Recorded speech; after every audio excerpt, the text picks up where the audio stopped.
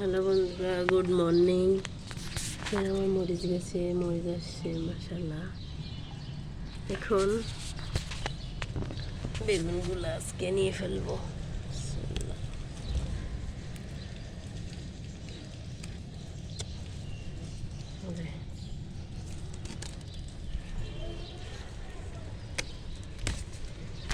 বেগুনের শক্ত বেশি। বেলকুনি বাগান থেকে আজকে সবজি উঠাচ্ছি। এটাও হয়েছে, দেরি হয়েছিল যে বেগুন উঠেছে। বেগুনগুলো মাশাআল্লাহ অনেক বড় হয়েছে। ক্যামেরাতে কেমন দেখা যাচ্ছে জানি না, মাশাআল্লাহ অনেক বড়। শখের লাউ গাছটাও কেটে নেব আজকে। বেলকুনি বাগান থেকে সবজি উঠাবো। অনেক চেষ্টা করছি, কিন্তু লাউ একটাও দাঁড়ায় নাই। সবগুলা পোকাই খেয়ে ফেলে, তো আর কি করার। তো আজকেও ফাইনালি লাউ গাছটা কেটে ফেলবো।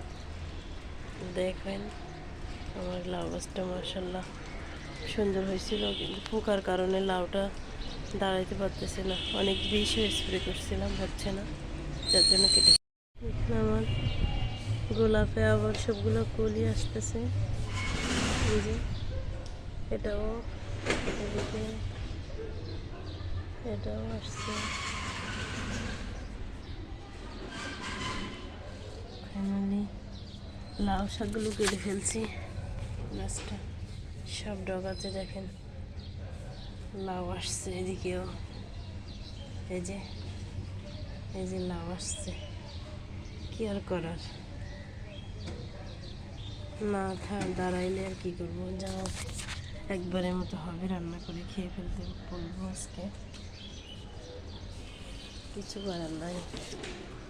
যে আমার রঙ্গন গাছের সব হইতে ফুল আসছে।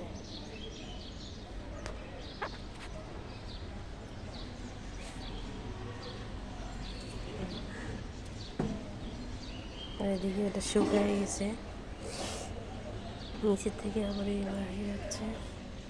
এদিকে এই গাছটা, পোলাও পাতা গাছটাও পাতা শুকিয়ে গেছে, এগুলো কেটে ফেলতে হবে। পুদিনা আছে। তো সবাই ভালো থাকবেন, আল্লাহ হাফেজ।